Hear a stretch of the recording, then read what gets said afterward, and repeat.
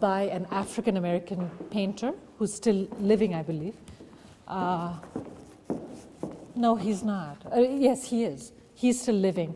And so in my time at the museum, I have seen this hung many, many different ways. Okay? It is a man, African-American painter, and it has been hung all spread on the floor, sort of, tent-like, released from the ceiling, done this way. And each time he gives very, very specific, detailed instructions on how he would like to do it. And again, it could be anything. This is just called arch. It's the comforter. It's the container of hope for us. It's a tent. It's a teepee. It's our shelter. And in the same way that a shelter nourishes us and gives us comfort and so on and so forth, it also is a source of great heartache for us. Being in your own home, in your own life, with your own problems, with your own situation, there's a lot of stuff that goes on in that shelter. And so he wanted us to consider all these different options, like you said, to come up with solutions as they came up. So again, very, very interpretive, very expressive.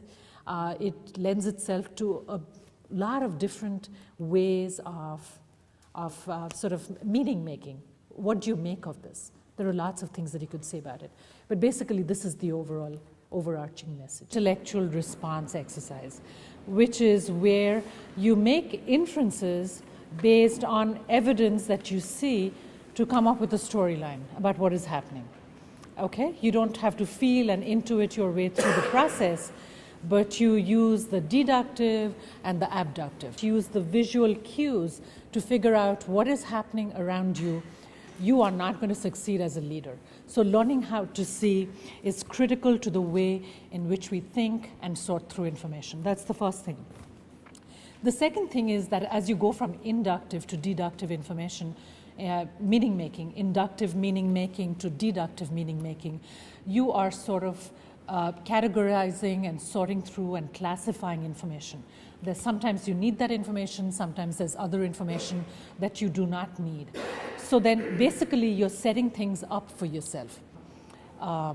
Analytical, logical decisions have to be made, and those are decisions that you're making right now. The third thing is that consciously we are releasing ourselves from all kinds of stereotypical expressions that we might have had.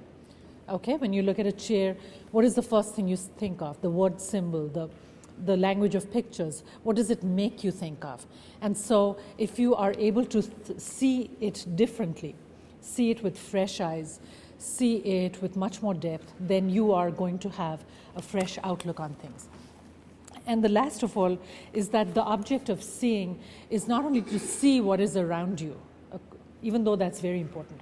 The object of seeing is not only critical to seeing what is around you, but ultimately to seeing yourself in the greater context. Because when you see yourself with what is around you, and other people are able to view you for who you are, then you are able to show through the process. So ultimately, the object of seeing is related to the object of seeing you, seeing who you are. Because you are able to come to some kind of basic fundamental knowledge about who you are, how you think, how you process information, how you consciously stay away from stereotypical expressions, and how you are able to think with originality. In the intellectual response, we do have an idea about what's going on in the painting, and so then we start to construct a reality. I'm going to do this very, very quickly for you and then take you to the gallery where we'll each have a few minutes to come up with our own different stories. And as in the last time, the honor system, we will not read the labels. We will just construct our reality from what we are seeing. So then in this painting, what is going on over here? We've seen a naked guy, and now it's our turn to see a naked lady, right? Okay, so here she is, half naked. She's admiring herself. Okay, she's looking at the mirror, admiring herself. But what is going on? Does she have a happy face over here? Not really. Thinking? Reflective? Preoccupied. What about the face over here? Is it the same as her face? No. Are you sure about that? That's a trick question. That is a trick question. Yes, we are sure that the face in the mirror is not the same as the face that is looking into the mirror. So then what is the object of this exercise? Where she is obviously a young person, fairly young, combing her hair, putting oil in her hair.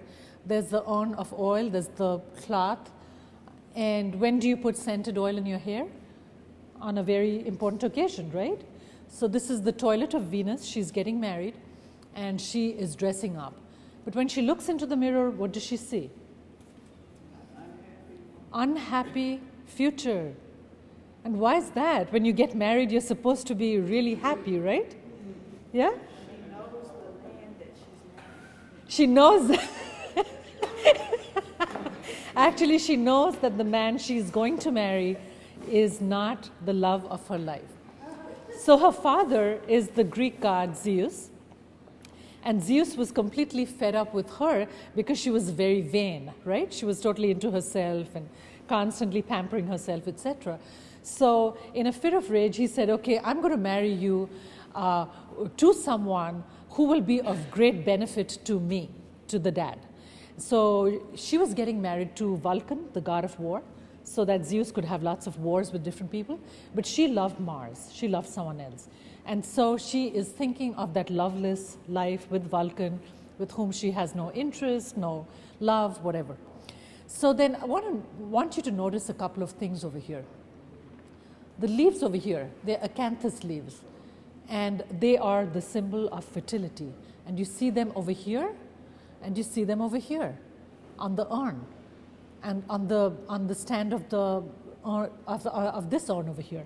So is that a paradox that we are entering into a marriage, and there are these symbols of fidelity, where we are going to be, what is the word? Faithful to each other. But is that the premise of this marriage? Excuse me? Right, it's probably not the premise of this particular marriage. So there are lots of these things that the artist puts into the painting so that you can read from it and construct a reality. In the 1600s, when this was made, people still did not read on a mass scale.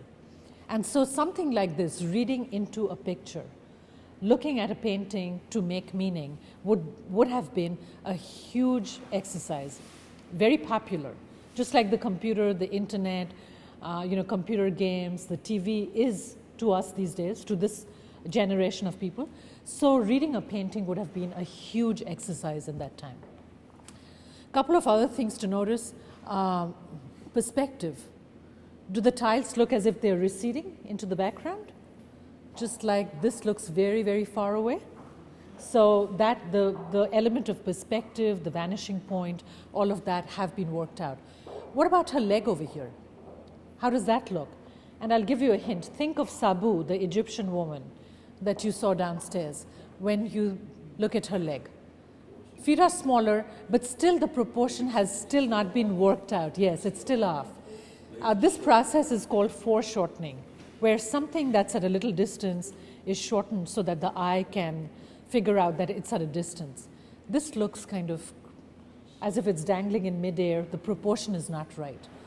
The putis, the little angels with their little red bottoms reflecting the red of the drapery.